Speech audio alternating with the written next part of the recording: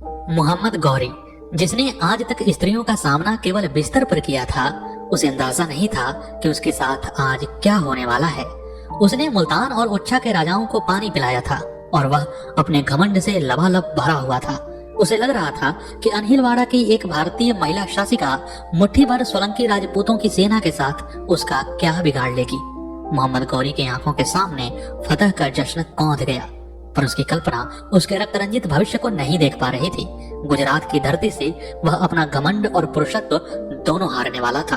उसके प्राण के एवज में उसका गुप्तांग काट दिया जाने वाला था, और यह सब करने वाली थी एक शेरनी, एक महिला जो भारतीय इतिहास की महान योद्धाओं में शुमार की जाती हैं। और ये थी अनहिलवाड़ा, यानी कि आज के पाटन की सोलंकी महारानी नायिका देवी। यह सच्ची ऐतिहासिक कहानी केवल युद्ध का एक बर्बर दस्तावेज ही नहीं है, बल्कि प्रेम, समर्पण, साजिश और बला के शौर्य का ज्वलंत बयान है। तो आखिर कौन थी गौरी के गुप्तांगों को काट देने वाली नायिका देवी? कौन थे सोलंकी राजपूत राजा कुमार पाल, अजय पाल और मूल राज द्वितीय? यह सब आपको मोहम्मद गौरी के दमन की इस ऐतिहासिक कहानी में जानने के लिए मिलेगा। तो आप इस वीडियो को लाइक करके हमारे चैनल को सब्सक्राइब कीजिए और इस कहानी को अधिक से अधिक लोगों के साथ शेयर कीजिए, और मैं आपको इस रोचक कहानी से जोड़ रहा हूँ। अब आइए प्रारंभ करते हैं। 12वीं शताब्दी अपने समापन की तरफ बढ़ रही थी और साथ ही गजनी के पहाड़ों में बढ़ रहा था मोहम्मद गौरी का कद। एक राजवंश में जन्म लेकर जेल की सलाखों में यौवन बिताने वाला गौरी एक बार फिर अपने भाई के साथ उठ खड़ा हुआ था। लेकिन तुर्की के शासक ख्वारिज्म शाह ने खुरासान के युद्ध में गौरियों को पराजित कर उनके लिए मध्य एशिया का मार्ग बंद ही कर दिया। अब वे जाएं तो जाएं कहां, और न जाएं तो रक्त और युद्ध की आग कैसे बुझे, बर्बरता को पोषित कैसे किया जाए, और जिहाद, वह तो ऊपर वाले का आदेश था ना, उसे कैसे न मानते। इसीलिए बढ़ना तो था ही, और तब अफगान क्षेत्र के उजाड़ में पनप रहे इस महत्वाकांक्षी सुल्तान को अपनी बर्बरता की प्यास बुझाने के लिए सबसे आसान इलाका लगा हिंदू राजाओं की आपसी रंजिश में उलझा भारत। उसने सिंधु के पार के स्वर्ग को जीतने की जिद ठान ली और जिहादियों की खूंखार सेना के साथ मुल्तान की तरफ रुख किया। 1173 में गजनी का सरदार बना गौरी 1175-76 आते आते अफगानिस्तान, मुल्तान और उच्छा का विजेता बन गया। भारत की पश्चिमी सीमा आक्रांत कर दी गई। इधर भारत के सुदूर पश्चिम में मोहम्मद गौरी की कहानी पनप रही थी, उधर गोवा की मनोरम समुद्री वादियों में एक नौयवना अपनी सुंदरता और गुणग्राह्यता के साथ साथ अपने शौर्य और वीरता के लिए प्रसिद्धि पा रही थी। वह नौयवना थी गोवा के कदम क्षेत्र के राजा महामंडलेश्वर परमाडी की बेटी राजकुमारी नायिका। कहते हैं कि विवाह पूर्व ही वे घुड़सवारी, तीरंदाजी और रणनीतिक कौशल में दक्ष हो चुकी थी, और तलवारबाजी में तो उनसे मुकाबला करने वाला कोई दूसरा योद्धा था ही नहीं। इसी समय गुजरात के पाटन में चालुक्य वंश के राजपूत शासक कुमारपाल सोलंकी राज्य कर रहे थे। चालुक्य वंशी ही सोलंकी राजपूत वंश के नाम से भी जाने जाते हैं। राजा कुमारपाल एक महान योद्धा और दक्ष शासक थे। उन्होंने अनहिलवाड़ा राज्य का विस्तार उत्तर में सांभर, दक्षिण में लाठ मंडल, पश्चिम में सौराष्ट्र और पूरब में भीलसा तक के विशाल क्षेत्र तक किया। महमूद गजनवी द्वारा पराभूत कर दी गई गुजरात की आत्मा के स्वाभिमान को चक्रवर्ती सम्राट कुमारपाल ने पराभव की अंधेरी गर्त से निकालकर आत्मसम्मान और विजय के प्रखर शीर्ष तक पहुंचा दिया था। वे अनहिलवाड़ा के वीर सूर्य थे, जिनकी तरफ आंख उठाने का अर्थ अपनी आंख की ज्योति गंवा देना था। लेकिन उम्र की भी एक सीमा है। अपनी जनता में परम महेश्वर के नाम से सम्मान पाने वाले राजा कुमारपाल अपने आयु के उत्तरार्ध में अहिंसक और वैरागी हो गए। उनकी तलवार ने अब शत्रुओं के खून में भीगना बंद कर दिया। हर हर महादेव का जय घोष ओम नमः शिवाय के शांति पाठ में बदलने लगा। इहलोक में अपने शौर्य और पराक्रम का ध्वज लहराने वाला वह बूढ़ा शेर अब परलोक की शांति का इच्छुक था। पर एक विजेता के लिए वैराग का मार्ग युद्ध के मैदान से कहीं अधिक दुस्तर होता है। यह मध्यकाल का बर्बर युग था। यहाँ जीवन और साम्राज्य केवल और केवल तलवार की धार पर ही सहेजे जा सकते थे। ऐसे वक्त में कुमारपाल की अहिंसा ने अनहिलवाड़ा के साम्राज्य को खतरे में डाल दिया। महारानी को चिंता सताने लगी कि इस महान विरासत का क्या होगा। कोई पुत्र भी तो नहीं था जो गद्दी का उत्तराधिकार संभालता। खतरे बहुत थे, जिनमें से दो बेहद प्रमुख थे। पहला, अहिंसक हुए कुमारपाल पर बाहरी आक्रमण का भय, और दूसरा, कुमारपाल के बाद उत्तराधिकारी न होने से सिंहासन के लिए आपसी कलह। महारानी चिंता में घुलने लगी। अंततः उन्होंने महाराज कुमारपाल को महाराज के भाई महिपाल सिंह सोलंकी के नीतिज्ञ, वीर और गुणवान पुत्र अजयपाल को अपना उत्तराधिकारी घोषित करने का परामर्श दिया। वैराग को प्राप्त हो चुके महाराज अब सत्ता से कोई मोह नहीं रखना चाहते थे। उन्होंने अपनी पत्नी की बात सहर्ष स्वीकार कर ली। अजयपाल युवराज बना दिए गए। 1172 ईस्वी के आसपास का समय रहा होगा। कुमारपाल सन्यासी बनना चाहते थे। महल और सत्ता उन्हें काटने को दौड़ती थी। वे जल्द से जल्द अजयपाल को साम्राज्य सौंपकर वन जाना चाहते थे, पर अजयपाल की कुंडली में एक अड़चन थी। बिना विवाह किए उनका राजा बनना देश को किसी महान विपत्ति में डाल सकता था। इसी कारण से युवराज अजयपाल के लिए योग्य जीवन साथी की तलाश होने लगी, और यह तलाश गोवा के कदम क्षेत्र के राजा महामंडलेश्वर परमाणी की पुत्री पर जाकर समाप्त हुई। अनहिलवाड़ा ने कदम्ब को विवाह का प्रस्ताव भेजा।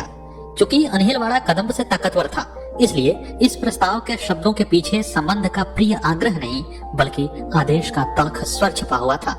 इस प्रस्ताव पर अभी परमाणी कुछ निर्णय लेते ही कि गरिमा की जीवंत प्रतिमूर्ति राजकुमारी नायिका ने संदेश वाहक को अपना गर्वीला संदेश सुना दिया। जाकर कह देना महाराज कुमारपाल से कि संबंध तलवारों के साए में नहीं जोड़े जाते। कदम्ब की राजकुमारी कोई दुश्मन का दुर्ग नहीं जो आप अपने सैन्य बल से जीत लेंगे। हमें यह प्रस्ताव स्वीकार नहीं है। अनहिलवाड़ा के दरबार में यह संदेश बिजली की तरह कौंध गया। योद्धाओं की तलवारें म्यान से बाहर निकल आईं। कदम्ब की यह हिम्मत कि वह सोलंकियों के प्रस्ताव को ठोकर मार दे। युद्ध की तैयारी की बात सबके जुबान पर मचल रही थी, लेकिन दो होंठ ऐसे थे जो कल्पना के स्वर्ग में खोए मुस्कुरा रहे थे। अजयपाल को अपना जीवन साथी मिल गया था। वे प्रेम की अदृश्य रेशमी डोर में गिरफ्त हो चुके थे। उन्होंने सबको शांत करते हुए कहा, मेरे विवाह के प्रस्ताव को ठुकराया गया है और केवल मैं ही कदम बजाऊंगा। मैं प्रतिज्ञा करता हूँ कि राजकुमारी नायिका से विवाह करने के पश्चात ही अनहिलवाड़ा में कदम रखूंगा। अब आप सब शांत हो जाइए। इसके बाद अजयपाल अकेले ही गोवा के कदम क्षेत्र के लिए प्रस्थान कर गए। सभा में शांति पसर गई। अजयपाल एक सन्यासी के वेश में कदम गए और वहां पर अपने शौर्य, अपनी वीरता एवं अपने गुणों के प्रभाव से उन्होंने राजकुमारी के मन को मोह लिया। राजकुमारी अजयपाल के प्रेम में पड़ गई थी। जब उन दोनों का प्रेम परवान चढ़ने लगा, यानी कि एक सन्यासी और एक युवराज्ञी का प्रेम जब परवान चढ़ने लगा, तब उस सन्यासी ने अपने वास्तविक स्वरूप का खुलासा किया। अजयपाल ने कहा कि अनहिलवाड़ा का वह संदेश जो तुम्हारे लिए आया था, वह वास्तव में मेरा ही संदेश था। राजकुमारी यह सुनकर बड़ी ही प्रसन्न हुई। उन्होंने प्रसन्नता पूर्वक इस प्रस्ताव को स्वीकार कर लिया और उन दोनों का विवाह संपन्न हुआ। जब अजयपाल और राजकुमारी नायिका अनहिलवाड़ा में आए तो अनहिलवाड़ा में उनके विवाह का समारोह बड़ा ही धूमधाम से मनाया गया और उसके कुछ समय के पश्चात ही 1172 ईस्वी के अंत आते आते राजा कुमारपाल वैरागी होकर वन चले गए और अजयपाल को गद्दी मिली। जैसा कि आप सब जानते हैं कि अजयपाल कुमारपाल के अपने पुत्र नहीं थे, इसलिए उत्तराधिकार के प्रश्न को लेकर महल के अंदर ही षड्यंत्र का बीज पड़ चुका था। बाहर जनता अजयपाल को बड़ा ही पसंद करती थी, लेकिन अंदर ही अंदर उनके अपने ही महल में उनके खिलाफ षड्यंत्र किया जा रहा था। धीरे धीरे समय अपनी रफ्तार से आगे बढ़ता है। 1172 में राजा हुए अजयपाल 1176 में पहुंच चुके थे। तब तक उन्हें 2 पुत्र रत्नों की प्राप्ति भी हो गई थी, लेकिन 1176 में षड्यंत्र का वह विषबेल अपनी परिपक्व अवस्था में पहुंच चुका था। अजयपाल के अंगरक्षक ने ही उनकी हत्या कर दी। अजयपाल मारे गए और अजयपाल की मृत्यु के समय उनका जो बड़ा बेटा था मूलराज द्वितीय, वह मात्र 3 या 4 वर्ष का रहा होगा। ऐसे में नायिका देवी के सामने बड़ा ही घनघोर संकट उत्पन्न हो गया। एक तरफ प्रेमी और पति के मर जाने का दुख और दूसरी तरफ दरबार का षड्यंत्र। वे एक 3 साल के बच्चे को लेकर इसे कैसे झेल पाती। लेकिन नायकी देवी एक सामान्य महिला नहीं थी। वे इतिहास में अमर होने वाली एक महान योद्धा थी। उन्होंने बड़ी ही चतुराई से अपने 3 वर्षीय पुत्र मूलराज द्वितीय को गद्दी पर बैठाया और उसके संरक्षण के लिए स्वयं को साम्राज्ञी घोषित किया। नायकी देवी इस तरह से अनहिलवाड़ा के विशाल साम्राज्य की साम्राज्ञी बनी। उन्होंने शासन की बागडोर हाथ में लेने के बाद अनहिलवाड़ा का तो विकास किया ही किया, दरबार के षड्यंत्रों को भी दबाने का काम किया। उनके सूझबूझ एवं समझदारी ने दरबार के षड्यंत्रों को समाप्त कर दिया और बाहर अनहिलवाड़ा का विकास इस तरह से किया कि पूरी दुनिया में उसकी प्रसिद्धि हो गई। अमेरिकन इतिहासकार टर्सियस चैंडलर कहता है कि 11वीं-12वीं सदी में विश्व का 10वां सबसे बड़ा शहर गुजरात का अनहिलवाड़ा था। यह मध्यकाल का समय था। इस समय स्त्रियों को इतनी अधिक आजादी मिलती नहीं थी। ऐसे समय में एक स्त्री का साम्राज्ञी बन जाना और वह भी अनहिलवाड़ा जैसे बड़े राज्य की साम्राज्ञी बन जाना बहुत बड़ी खबर थी। यह खबर जंगल में लगी आग की तरह पूरे साम्राज्यों के बीच फैल गई। उसी समय मोहम्मद गौरी सुल्तान और उच्छा को विजित करके आगे बढ़ने की ताक में था। उसको एक अच्छा मौका दिखाई देने लगा। उसने सोचा कि यह रानी तो बड़ी कमजोर होगी, क्योंकि एक तो स्त्री है, इसका पति अभी अभी मारा गया है और इसका बेटा जो राजा बना है वह मात्र 3 या 4 वर्ष का है। ऐसे में इसके सामंत इसका साथ नहीं देंगे और इसकी सेना में वह जोश नहीं रहेगा जो एक पुरुष राजा की सेना में होता है। मैं आसानी से अनहिलवाड़ा पर विजय प्राप्त कर लूंगा और अनहिलवाड़ा की सारी दौलत, वहाँ की सारी संपत्ति और वहाँ की स्त्रियां मेरी हो जाएंगी। यही सब सोचकर मोहम्मद गौरी ने अनहिलवाड़ा पर आक्रमण करने का विचार किया और अपनी सेना के साथ कूच कर गया। जैसे ही मोहम्मद गौरी ने अपनी विशाल सेना के साथ अनहिलवाड़ा की तरफ कूच किया, वैसे ही रानी के गुप्तचरों ने उनसे आकर यह संदेश सुनाया कि मोहम्मद गौरी एक विशाल सेना के साथ अनहिलवाड़ा पर आक्रमण करने आ रहा है। यह रानी की काबिलियत ही थी कि उन्होंने गुप्तचरों के जाल को इतना अधिक विस्तृत और इतना तीक्ष्ण कर दिया था कि उन्हें पल भर में ही संदेश मिल जाता था। तभी उनको तैयार होने का समय मिल गया। नायकी देवी ने मोहम्मद गौरी के आक्रमण से निपटने के लिए अपने अन्य समकालीन राजाओं से मदद मांगी, जिसमें कि दिल्ली के राजा पृथ्वीराज चौहान भी शामिल थे। उन सब ने मदद देने से इनकार कर दिया। ध्यान रखिए कि मोहम्मद गौरी का यह आक्रमण 1178 ईस्वी में हुआ था, जबकि पानीपत का प्रथम और द्वितीय विश्व युद्ध 1191 और 1192 में लड़ा गया। यदि पृथ्वीराज और अन्य राजा उसी समय सहायता कर देते तो शायद गौरी समूल नष्ट हो जाता और फिर उसकी हिम्मत नहीं होती कि वह दिल्ली की तरफ आंख उठाकर भी देख सके। लेकिन उस समय हिंदू राजाओं में एकता कहाँ थी, और एकता नहीं होना ही भारत पर मुसलमानों की विजय का सबसे बड़ा कारण था। उस समय भी यही हुआ। रानी ने अपने समकालीन राजाओं से कहा कि वे आकर उनके साथ युद्ध में भाग लें, मोहम्मद गौरी की सेना को परास्त करने में उनकी सहायता करें। लेकिन किसी भी अन्य समकालीन राजा ने उनकी सहायता नहीं की।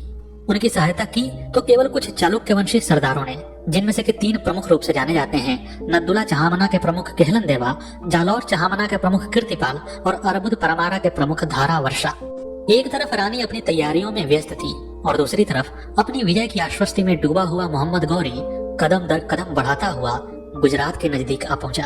उसने माउंट आबू में कायदारा के पास डेरा डाला। वहां पर उसकी विशाल सेना ने तंबू लगाया और वे सब वहीं पर रहने लगे। इसके बाद मोहम्मद गौरी ने अनहिलवाड़ा के दरबार में एक दूत भेजा। कहीं न कहीं मोहम्मद गौरी के मन में यह बात रही होगी कि सम्राट एक 3 वर्ष का बालक है और उसकी छत्र छाया में राज्य चला रही है एक महिला है तो वह कायर होगी। जैसे ही मैं उसे पराजित मान लेने के लिए कहूंगा तो वह बिना लड़े ही अपनी पराजय स्वीकार कर लेगी, और ऐसे मैं बिना युद्ध किए ही यहाँ का सब सोना और यहाँ की स्त्रियों को हथिया सकता हूँ। मोहम्मद गौरी ने जो दूत अनहिलवाड़ा के दरबार में भेजा था, उसका संदेश इतना घृणित था कि कोई भी सभ्य समाज ऐसा संदेश अपने किसी भी शत्रु को नहीं दे सकता है। ऐसा करना किसी बर्बर जाति के बस में ही है। अनहिलवाड़ा के दरबार में उस दूत ने मोहम्मद गौरी का यह संदेश सुनाया कि मोहम्मद गौरी चाहते हैं कि रानी स्वयं उनके तंबू में पधारें, अपने साथ अपने दोनों पुत्रों को लेकर जाएं और इस राज्य की बहुत सारी स्त्रियां सैनिकों के लिए दी जाएं। साथ ही साथ इस राज्य का सारा धन और सारा सोना मोहम्मद गौरी को सौंप दिया जाए। यदि ऐसा होता है तो मोहम्मद गौरी बिना लड़े वापस चला जाएगा। जाहिर सी बात है कि ऐसा संदेश किसी के भी दरबार में पढ़ा जाएगा तो लोगों के मन में गुस्सा ही आएगा। वहां बैठे योद्धाओं की नसों का रक्त उबलने लगा था। वह तो भारत की शास्त्रीय परंपरा रही है कि दूत का वध नहीं किया जाता है, इसीलिए उस दूत का सर बच गया। नहीं तो नायिका देवी के सामने इस तरह का प्रस्ताव रखने वाला भला जीवित कैसे रहता। नायिका देवी ने उस दूत को वापस कर दिया और कहा कि मोहम्मद गौरी की मौत उसकी प्रतीक्षा कर रही है। जाकर उससे कह देना कि उसने आज तक केवल छोटी मोटी लड़ाइयां ही लड़ी है। उसने रणचंडी के साथ युद्ध नहीं किया है। उसने युद्ध में लड़ते हुए काली को नहीं देखा है। जब मैं उसका रक्तपान करूंगी तो उसे समझ आ जाएगा कि एक भारतीय महिला क्या कर सकती है। उसने मुझे बिस्तर पर बुलाने का प्रस्ताव भेजा है। मैं तुम्हें कह रही हूँ, जाकर उसे कह देना कि उसके गुप्तांग ना काट दिए तो मेरा भी नाम नायिका देवी नहीं। वह दूत रानी का संदेश लेकर चला गया और वहां पर जाकर मोहम्मद गौरी से जस का तस सुना दिया। मोहम्मद गौरी अपने घमंड से भरा हुआ था। उसके मन में आक्रोश का बुलबुला फूटा। उसने कहा कि मैं इस महिला के साथ ऐसा व्यवहार करूंगा कि पुरुषों से कैसी बात की जाती है वह इसका सबक सीख जाएगी। लेकिन इतिहास में कुछ और छिपा हुआ था। कौन सबक सीखने वाला था और कौन सिखाने वाला था, वह तो युद्ध के मैदान में तय होने वाला था। लेकिन यह युद्ध बराबरी का नहीं था। कारण यह था कि नायिका देवी की सैन्य शक्ति मोहम्मद गौरी की सैन्य शक्ति से बहुत कम थी। उसकी सेना बहुत विशाल थी और यहाँ रानी की सेना छोटी थी। ऐसे में रानी ने रणनीतिक कौशल को अपनाया। उन्होंने पहले बार करने की रणनीति अपनाई और वे गादरहट्टा के संकरे पर्वतीय क्षेत्र में अपनी सेना के साथ जा पहुंची। वह एक ऐसा क्षेत्र था जहां से कोई भी विशाल सेना एक साथ नहीं आ सकती थी। यह आपने 300 फिल्म में भी देखा होगा। अगर आपने उस फिल्म को देखा है तो आप देख सकते हैं कि 300 लोगों ने एक ऐसे जगह का चुनाव किया जहां से विशाल सेना सामने न आ सके और एक एक करके लोग आए और फिर उनसे बराबरी का युद्ध हो। वैसा ही कुछ रानी नाइकी देवी ने 1178 ईस्वी में किया था। उन्होंने गदरहट्टा के संकरे पर्वतीय क्षेत्रों में मोहम्मद गौरी की सेना को फंसा दिया और वहां पर उनकी सेना और गौरी की सेना के बीच में युद्ध प्रारंभ हुआ। रानी की तरफ से हाथियों का प्रयोग इतनी शानदार तरीके से किया गया कि गौरी की सेना भागने पर विवश हो गई। 1118 के इस युद्ध को कसारदा का युद्ध कहा जाता है क्योंकि गादरहट्टा का वह संकरीय पर्वतीय क्षेत्र कसारदा नामक गांव में पड़ता था जहां पर युद्ध हुआ था। आज यह सिरोही जिला राजस्थान में पड़ता है। उस युद्ध में कहते हैं कि रानी नायिका देवी ने अपने 3 साल के बच्चे मूलराज द्वितीय को अपने पीठ पर बांधकर लड़ाई लड़ा था। उस युद्ध में उनकी तलवार ने गौरियों का रक्त पिया। उनके सामने बड़े से बड़ा योद्धा भी, बड़े से बड़ा सेना नायक भी पराजित हो गया था।